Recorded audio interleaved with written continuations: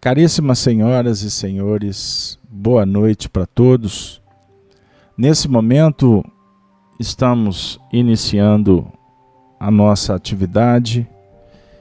Novamente, endereço um abraço a todos os amigos que estão no chat do Facebook, do YouTube, como aos nossos amigos que estão nos sites da Rede Amigo Espírita, da feac.com.org.br, como também aos nossos ouvintes da Rádio Brasil Espírita de Maceió. Vocês são a razão da nossa audiência, portanto, muito obrigado a todos. Peço que compartilhem o vídeo e deem um like para contribuir com a nossa missão de divulgar a doutrina e o Evangelho de Jesus. Pois bem, meus queridos companheiros, nós hoje temos um bom desafio. O tema: Vencendo as Imperfeições. Nós vamos, nesse momento, fazer a leitura da carta de Paulo, no seu capítulo 13 aos Romanos. E hoje nós iremos encerrar esse capítulo. Então, nesse momento, eu vou colocar o texto para que nós possamos fazer a leitura juntos a partir do verso 11º. Vamos lá. Paulo diz assim aos Romanos, e agora para nós: E isto digo, conhecendo o tempo, que é já hora de despertarmos do sono, porque a nossa salvação está agora mais perto de nós do que quando aceitamos a fé.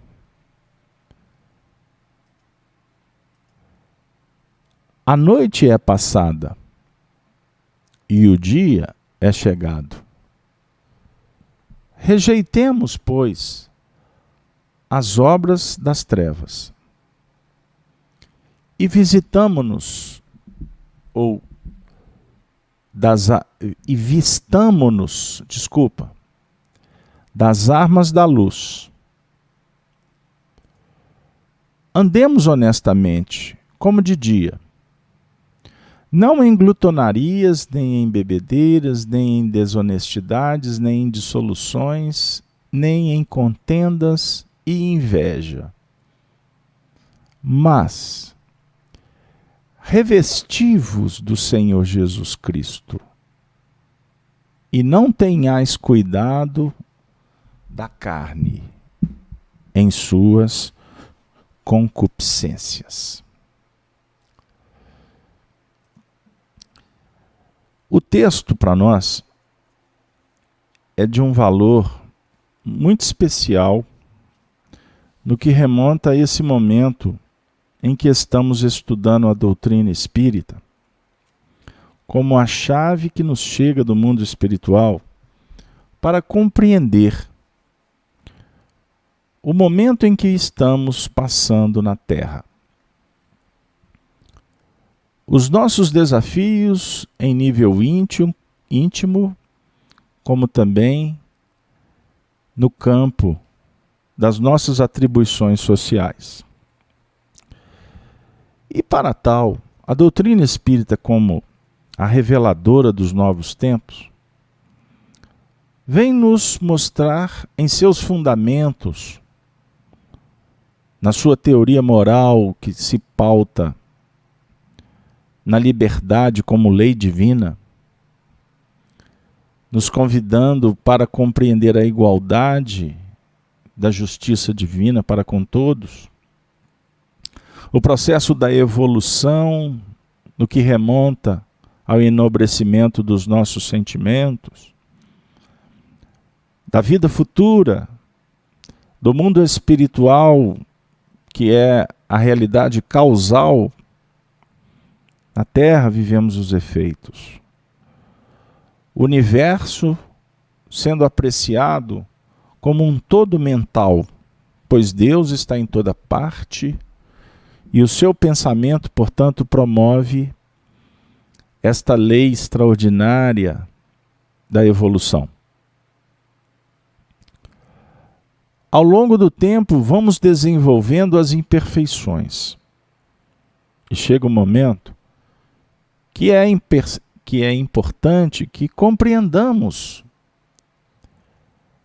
este mecanismo que foi instaurado em nós, pois precisamos de transformar as imperfeições em virtudes.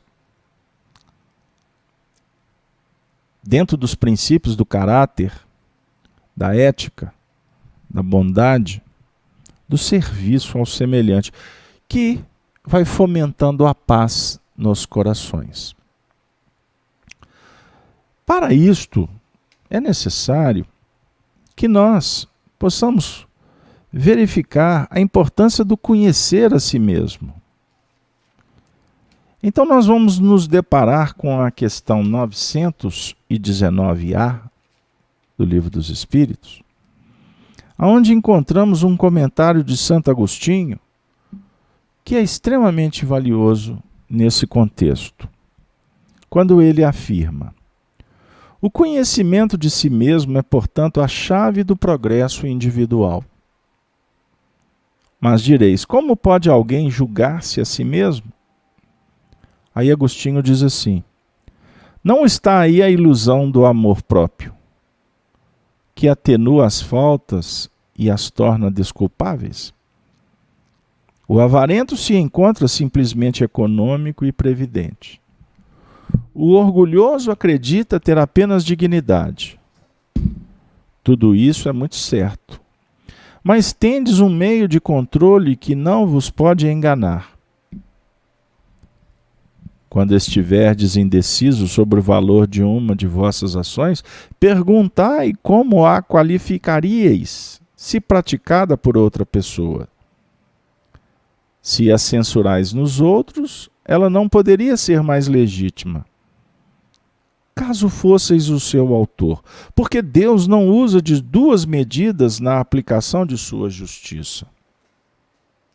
Procurai também saber o que pensam os outros e não desprezeis a opinião dos vossos inimigos, já que estes não têm nenhum interesse em disfarçar a verdade, e Deus muitas vezes os coloca ao vosso lado como um espelho, a fim de que sejais advertidos com mais fraqueza, ou franqueza, do que o faria um amigo.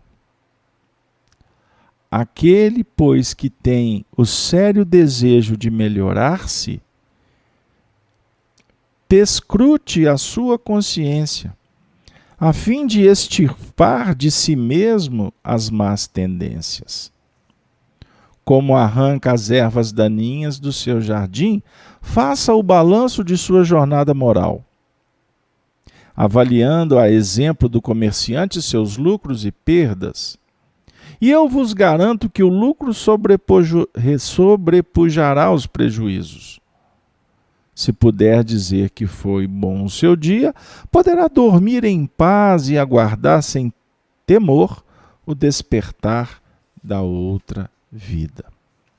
Portanto, Santo Agostinho vem nos mostrar com muita sabedoria a importância desta análise permanente, para que nós possamos identificar quais foram as imperfeições desenvolvidas por nós outros. Não é? E aqui, quando ele faz esse convite para o conheça-te a ti mesmo, numa análise assim criteriosa, se colocando na posição do outro, ele está dando uma orientação muito segura e eficiente, para que a gente possa estar observando nos sinais que o outro nos passa, exatamente a necessidade maior para que nós possamos, portanto, ir gradativamente melhorando-nos, não é? Para que gradativamente nós possamos ir, vamos dizer assim, trabalhando para nos libertar destas peias que insistem em nos, vamos dizer assim, manter nessa onda ainda de muitas dificuldades. Ele fala assim, olha que beleza esse próximo parágrafo dessa questão. Ele diz assim: formulai, portanto, a vós mesmos perguntas claras e precisas, e não temais multiplicá-las. Pode-se muito bem consagrar alguns minutos para conquistar a felicidade eterna. Não trabalhais todos os dias com vistas a juntar haveres que vos garantam repouso na velhice? Esse repouso não é o objeto de todos os vossos desejos, a fim de vos fazer suportar fadigas e provações passageiras? Pois bem, que é esse descanso de alguns dias perturbado pelas enfermidades do corpo, em comparação com o que espera o homem de bem? Não valerá a pena fazer alguns esforços? E aí ele vai discorrendo, e aí ele chega no seguinte ponto aqui para finalizar. Foi por isso que primeiro chamamos a vossa atenção por meio de fenômenos capazes de ferir-vos os sentidos, e agora vos damos instruções que cada um de vós está encarregado de espalhar. Com esse objetivo é que ditamos o livro dos Espíritos. Ou seja, está nos chamando, Ele está nos conclamando para valorizar esses princípios da doutrina espírita. Porque nós fomos convidados, cada um da sua maneira, para se deparar com uma nova realidade. E por isso, o movimento agora é para que a gente possa se desprender do fenômeno e trabalhar no reposicionar-se diante dos mecanismos que vão favorecer o nosso progresso. Precisamos de olhar para o futuro. Precisamos alimentar a influência moralizadora que vai definir as verdadeiras virtudes para cada um de nós. Todos nós almejamos a felicidade. E esse trabalho é para, depurando a nós mesmos, atingirmos as nossas aspirações. Não é? E para isso nós precisaremos, portanto, vencer o egoísmo, enfraquecer o orgulho, para que a predominância da vida moral possa nos auxiliar. Com isso, o texto veio nos mostrar a importância do semelhante, porque quando vamos trabalhando a solidariedade, quando vamos trabalhando a fraternidade, nós estaremos, na verdade, dentro de um grande projeto de educação pessoal. E lembrando que a educação é a arte de formar caracteres, é um conjunto de hábitos adquiridos. Então, investir na prática do bem é estabelecer exatamente um novo comportamento, uma grande mudança. Muitos podem dizer, é muito difícil. Aí nós vamos na questão 909, quando Kardec pergunta aos espíritos: o homem sempre poderia vencer as suas más tendências mediante seus próprios esforços? E qual é a resposta dos espíritos? Sim. E às vezes com pouco esforço. O que lhe falta é a vontade. Como são poucos os que se esforçam entre vós. Então, é necessário trabalhar a vontade. E é um dos temas que a espiritualidade tem batido conosco. Tem nos mostrado em todos os nossos estudos, nas comunicações espíritas que nos visitam. Comunicações sérias, comunicações que objetivam o fortalecimento interior de cada um de nós pelo viés da compreensão e do consolo, mas acima de tudo, comunicações que nos exortam a uma luta constante para domar as nossas más inclinações.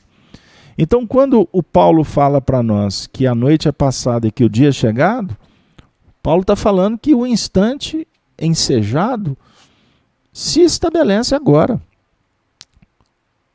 Não foi ontem, não será amanhã, é agora.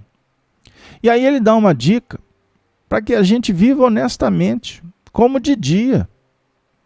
E quando ele traz alguns aspectos aqui da ilusão, ele está nos mostrando que quando nós embrenhamos nas ilusões, na verdade nós estamos sendo desonestos conosco mesmo. Nós temos que trabalhar as nossas tendências inferiores, quais sejam o orgulho e o egoísmo. E com honestidade, cuidar para que não haja dissoluções no caminho, para que não haja rupturas desnecessárias ou inconsequentes, para que a gente não favoreça contendas ou qualquer sentimento de inveja. No versículo 14, Paulo fala: mas revesti-vos do Senhor Jesus Cristo, e não tenhais cuidado da carne em suas concupiscências. O que o Paulo está falando para nós? Cuidado com a carne. É cuidado com o que já se estabeleceu. Cuidado com os instintos, que, quando não governados, se tornam paixões avassaladoras. Quando nos perdemos nas sensações, quando não damos ouvido para esse convite de renovação. Queremos muitas vezes nos manter na retaguarda da acomodação, da indiferença. Quantas pessoas caminham no mundo rebeldes porque não estão aceitando os ditames que vêm do mundo maior?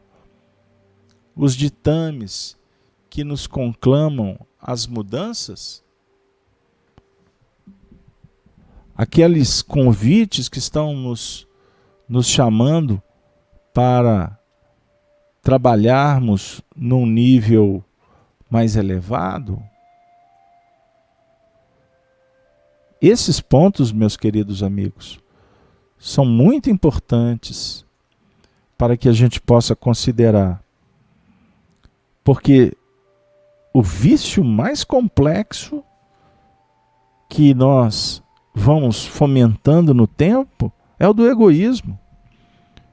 Na questão 913, os Espíritos esclarecem que o egoísmo é incompatível com a justiça, o amor e a caridade. Então observemos, a síntese do trabalho evolutivo está na lei de justiça, de amor e de caridade. Essa é a prática do homem de bem.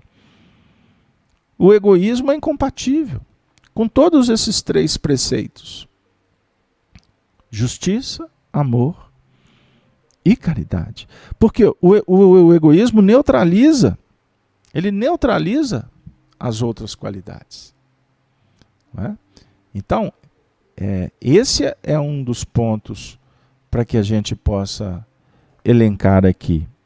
E para tal precisamos de objetivar ações que sejam libertadoras, que possam fixar caracteres novos dentro desse âmbito aí da educação espiritual. Fomentarmos, portanto, o quê? O hábito ao bem. Porque a carne, quando grita sensações e paixões, não é? Na verdade, o que está gritando são aqueles pontos que foram fixados por hábitos milenares. E o que vem a ser o hábito? Ensina Emmanuel no livro Pensamento e Vida. Se vocês me permitem, nós vamos abrir o painel aqui com Emmanuel sobre o hábito. O benfeitor diz: o hábito é uma esteira de reflexos mentais acumulados, operando constante indução à rotina, reflexos mentais, aqueles pontos que foram fixados no nosso campo mental. E eles nos projetam para a rotina. Emmanuel continua dizendo: herdeiros de milênios, gastos na recapitulação de muitas experiências análogas entre si. Vivemos até agora quase que à maneira de embarcações, ao gosto da correnteza, no rio de hábitos, aos quais nos ajustamos sem resistência. Rios de hábitos que nos ajustamos sem resistência. Com naturais exceções, todos adquirimos o costume de consumir os pensamentos alheios pela reflexão automática. Consumir pensamentos alheios por reflexão automática. E em razão disso, exageramos as nossas necessidades, apartando-nos da simplicidade com que nos seria fácil erguer uma vida melhor. E formamos em torno delas todo um sistema defensivo à base de crueldade, com o qual ferimos o próximo, dilacerando consequentemente a nós mesmos. Alimentar do pensamento da vontade alheia e nos movimentando automaticamente sem pensar, sem raciocinar. Isso é um hábito. Estruturamos assim complicado mecanismo de cautela e desconfiança, para além da justa preservação, retendo apaixonadamente o instinto da posse. E com o instinto da posse criamos os reflexos do egoísmo e do orgulho, da vaidade e do medo, com que tentamos inutilmente fugir das leis divinas, caminhando na maioria das circunstâncias como operários distraídos e infiéis que desertassem da máquina preciosa em que devem servir gloriosamente, para cair sufocados ou inquietos nas engrenagens que lhes são próprias. Nesse círculo vicioso vive a criatura humana, de modo geral, sob o domínio da ignorância acalentada, procurando enganar-se depois do berço para desenganar-se depois do túmulo. Aprisionada no binômio ilusão e desilusão, com que se despende longos séculos, começando e recomeçando a senda em que lhe cabe avançar. Uma amiga entrou em contato essa semana comigo, ela está no chat talvez. Eu mando um abraço para todos, viu? Rociene, Alice, Luísa e os demais. Ela me falou assim: Carlos Alberto, você pode me dar uma dica de um livro que fale de reencarnações? Que fale, por exemplo, de uma alma que voltou junto com outros corações e puderam dar continuidade a um processo de evolução? E aí, eu citei alguns livros, como, por exemplo, Há 2000 anos, quando tem a história de Públio Lentulus Sura, e que retorna como seu bisneto Públio Lentulus Cornélio. Citei os 50 anos depois, mas também citei uma obra que foi escrita por nós, como intermediários do mundo espiritual, que é o livro Chico, Diálogos e Recordações, que a gente hoje está promovendo essa distribuição do livro através da centenária editora O Clarim, que nós devemos um sentimento de muita gratidão e respeito. E nessa obra Chico Diálogos e Recordações, nós temos muitas histórias narradas por Arnaldo Rocha e que nós trabalhamos a pesquisa não só de publicar essas memórias, mas também de procurar, na universalidade do ensino dos espíritos, informações que pudessem corroborar pela história narrada por Arnaldo. E buscamos recursos na história tradicional, como na história espiritual, e ali nós encontramos muitos exemplos muito importantes, que são práticos. Mas também eu falei para essa companheira, minha amiga, não existe uma história tão interessante para se estudar quanto a nossa própria história. Por quê?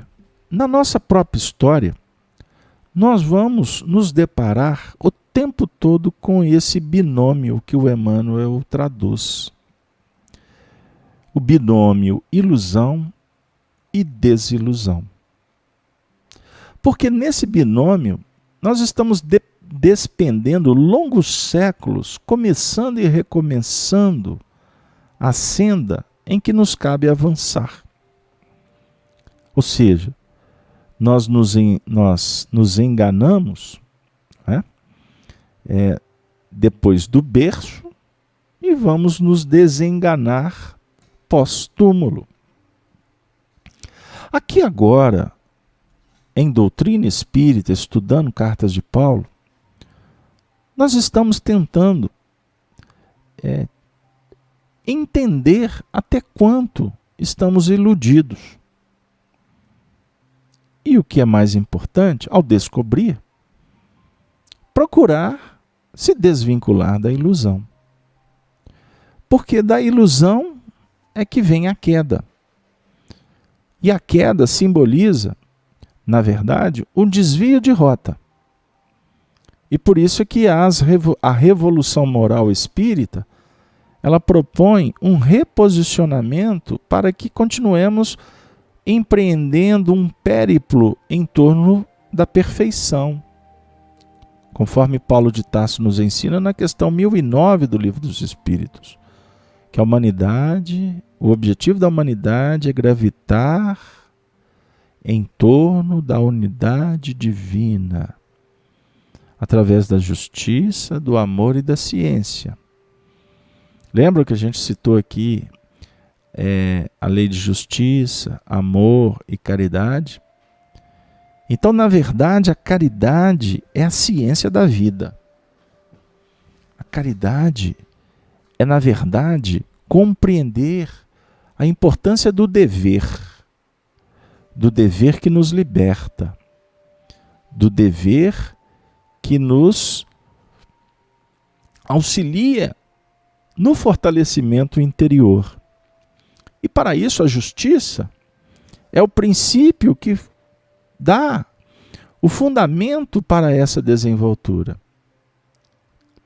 Se libertar das peias, mas ao mesmo tempo se candidatar a se vincular com um trabalho que enobreça e que fomente virtudes.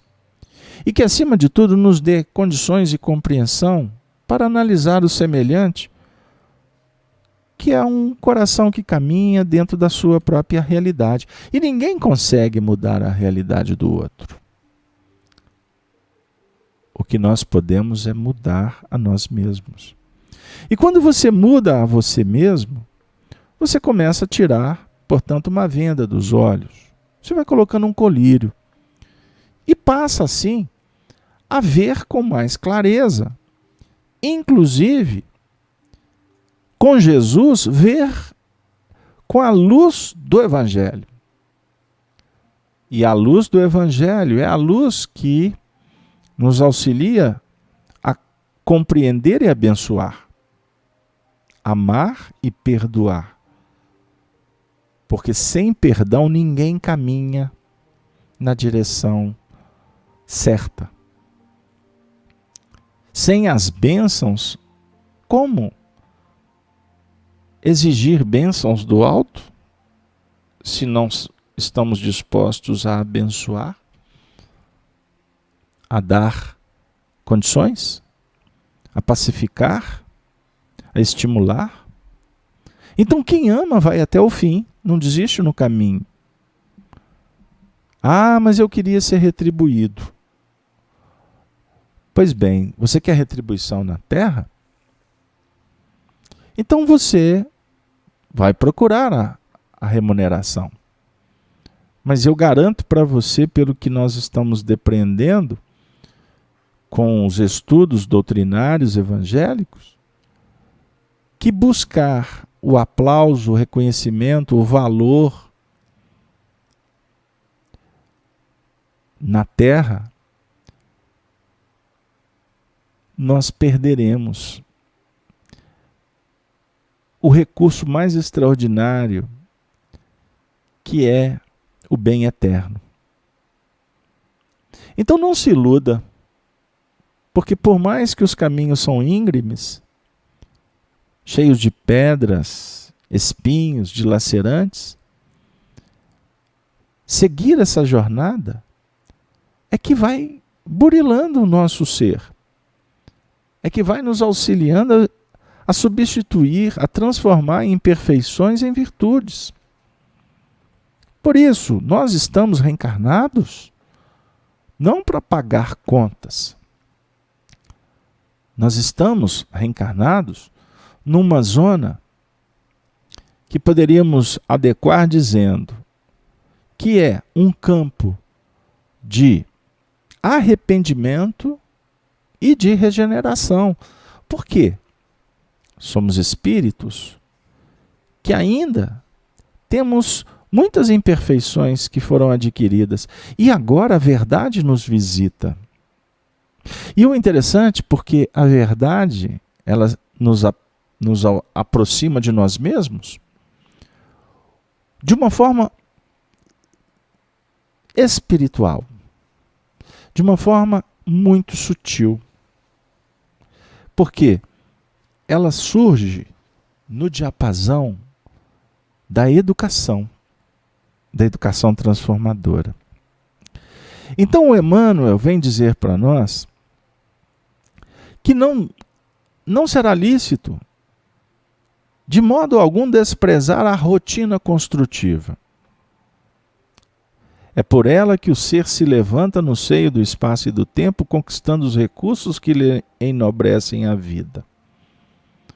A evolução, contudo, impõe instituição de novos costumes,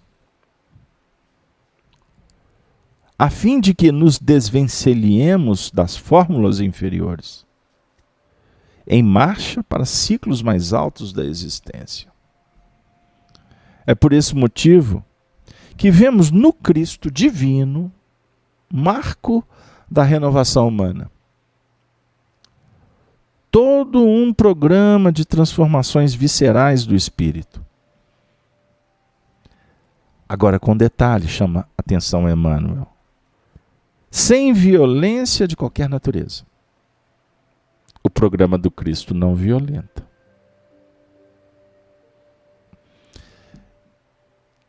De espécie alguma, de natureza que seja, sempre há convite, respeito, tempo, hora. Então ele diz, sem violência de qualquer natureza. O programa do Cristo altera os padrões da moda moral. Nós estabelecemos uma moda moral. E por isso implementamos uma rotina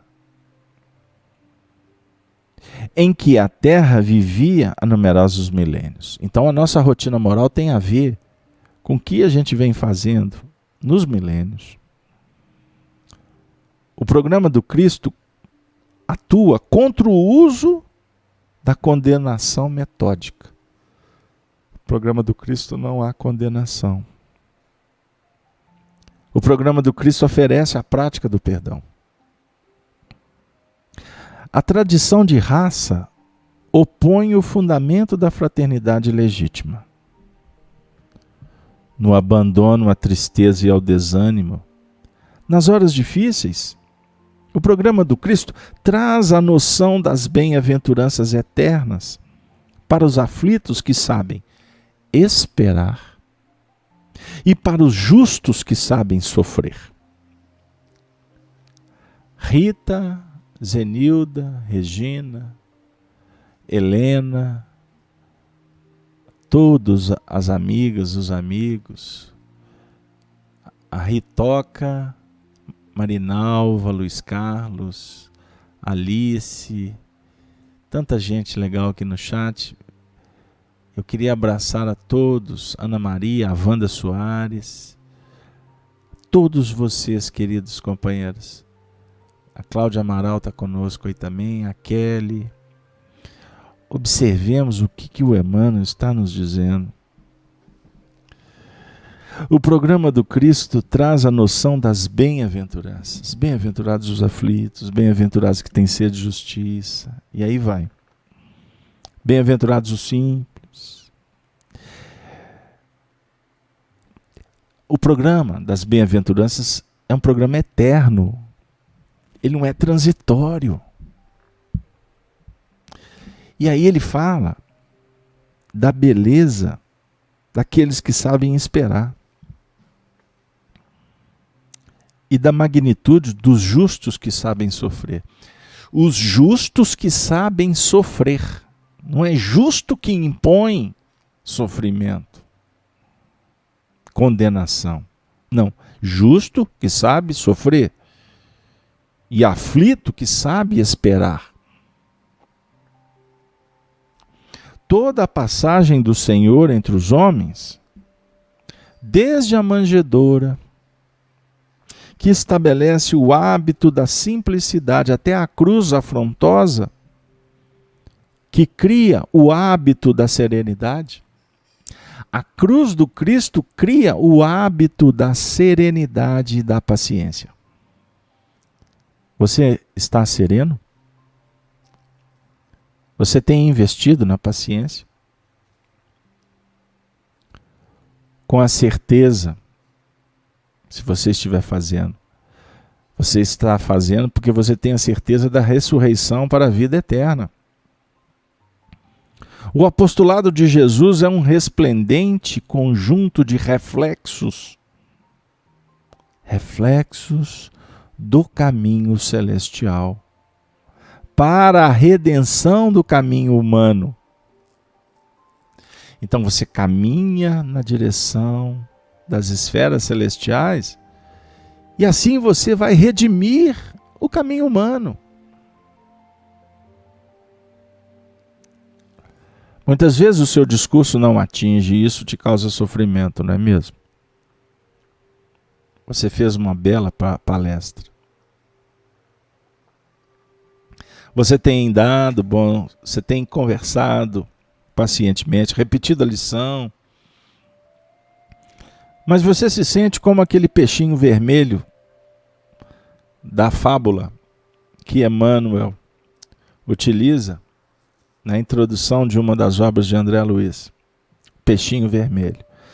Você se sente como aquele peixinho vermelho que vem para contar e ninguém te ouve. Qual a conclusão que o peixinho vermelho chegou? Que cada um tem seu tempo. E que só há remissão, ou só há um processo da redenção do caminho humano, quando você se redime. E nem sempre o que tu falas está no tempo certo. Então, por que sofrer? É por vaidade? Que não fostes aplaudido? Jesus falou e não foi ouvido. Agora que nós estamos começando a criar uma sintonia com o que ele falou. E como afirmava Honório Abreu, um grande amigo nosso aqui em Belo Horizonte, nós estamos começando a desenvolver a sintonia com o Evangelho, para daqui a muito tempo estabelecermos afinidade. Aí é outro papo. Enquanto não vos converterdes e vos tornardes. Conversão é sintonia. Eu quero. Beleza. Eu topo. Vamos lá. Eu leio. Toma aqui. Estarei lá. Te espero. Sintonia. Olha como nós nos esforçamos para sintonizar com o estudo de hoje. E o estudo das cartas de Paulo, eles têm uma característica muito própria. São estudos muito reflexivos. Tem pessoas que falam assim, Carlos Alberto, te acompanhar nas cartas de Paulo, poxa, é tão diferente da dinâmica do Livro dos Espíritos, do Apocalipse. Pois é, porque aqui o trabalho, ele tem uma cadência diferente. As vibrações são bem específicas. A cirurgia aqui, o bisturi entra de outra forma. Então calma. Aqui é para serenar. E a gente tem que aprender.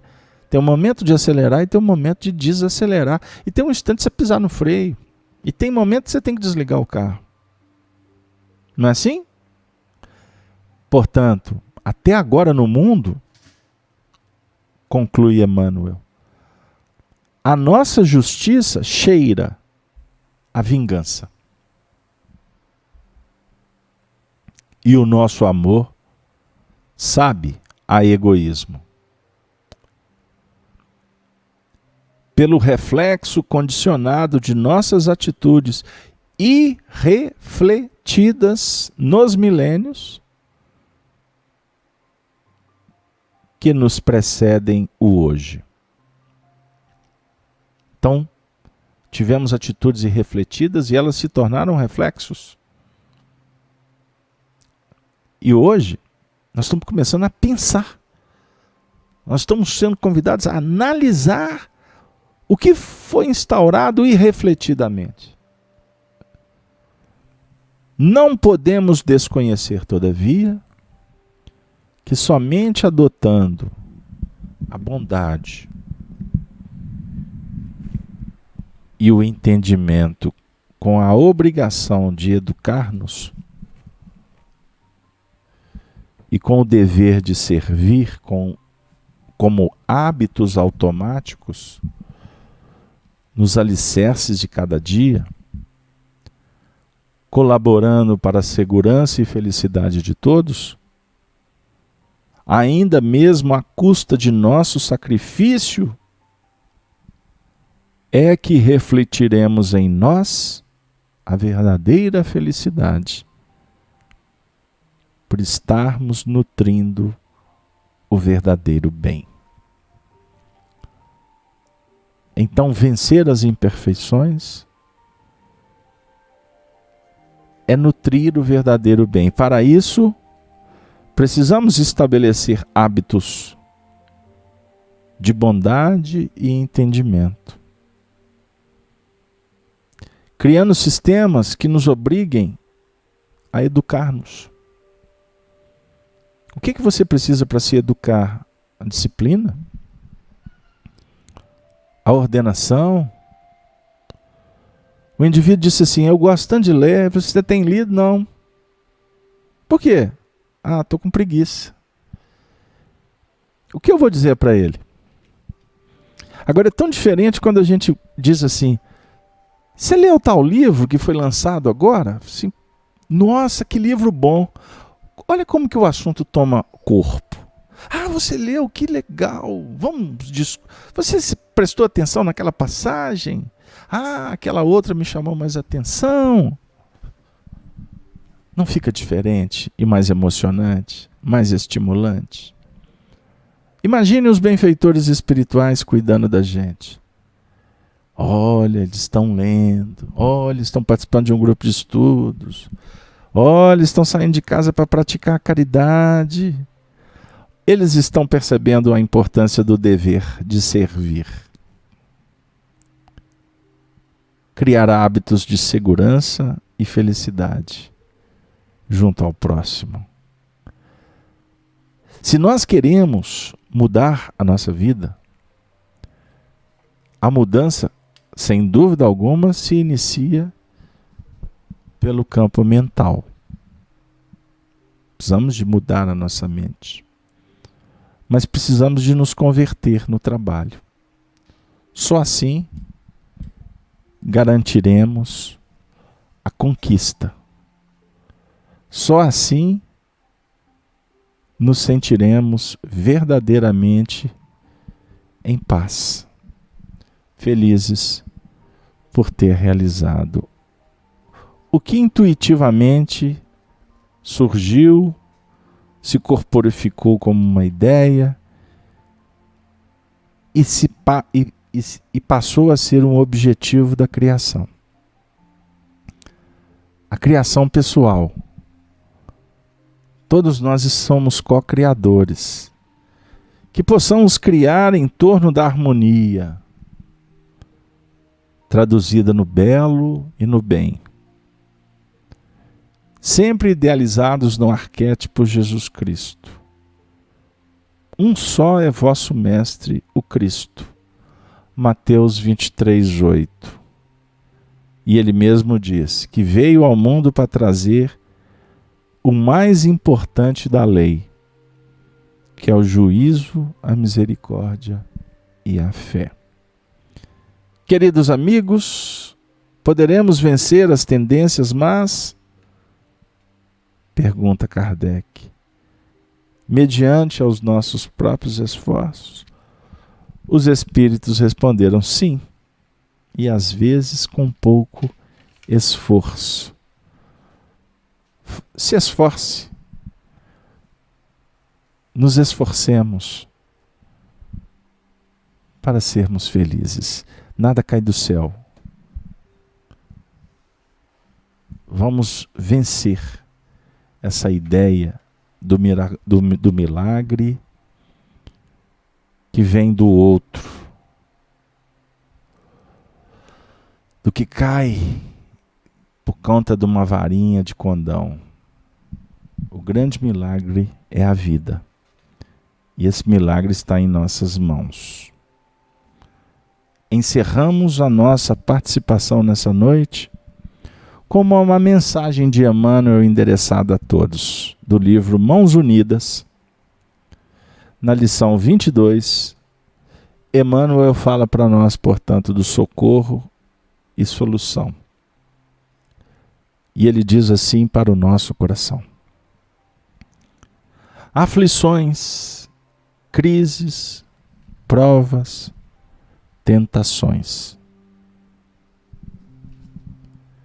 Quantas vezes, minha amiga, terás procurado sofregamente o primeiro e seguro passo para sair delas? Entretanto, uma alavanca mental existe, capaz de soerguer-te de qualquer prostração, desde que te disponhas a manejá-la. Antes de tudo, porém, é forçoso te desvencilhes de qualquer pensamento de derrotismo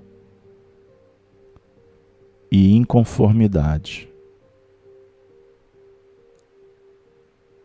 Não importa, hajas atravessado penosos desenganos, onde se concentravam todas as esperanças. Não importa, te vejas à margem dos melhores amigos, de espírito relegado à incompreensão. Não importa que ciclones de sofrimento te hajam varrido os escaninhos da alma, arrebatando-te temporariamente o incentivo de trabalho e a alegria de viver. Meu irmão, Não importa.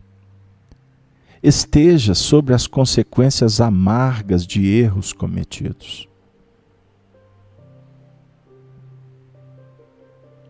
Não importa que a maioria te menospreze as opiniões, lançando-te ao descrédito. Não importa que a injúria te haja situado na faixa do desencanto. Não importa que altos prejuízos te imponham espinhosos recomeços. Não importa que dificuldades inúmeras se acumulem ao redor de teus passos, impelindo-te o coração a complicados labirintos.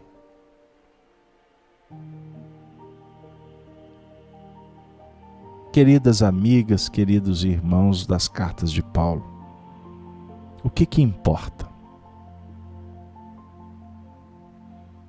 Importa que te levantes em espírito, que aceites o impositivo do próprio reajuste, para o equilíbrio perfeito,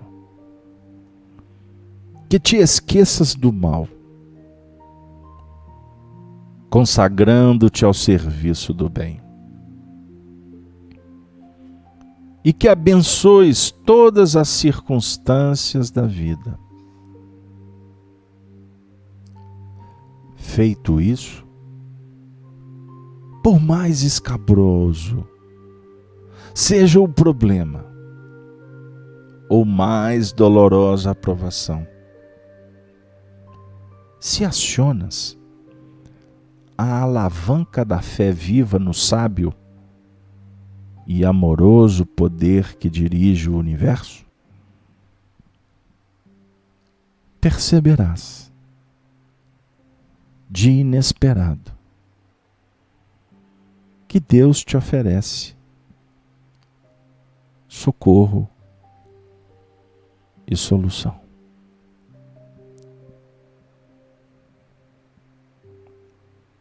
O que importa?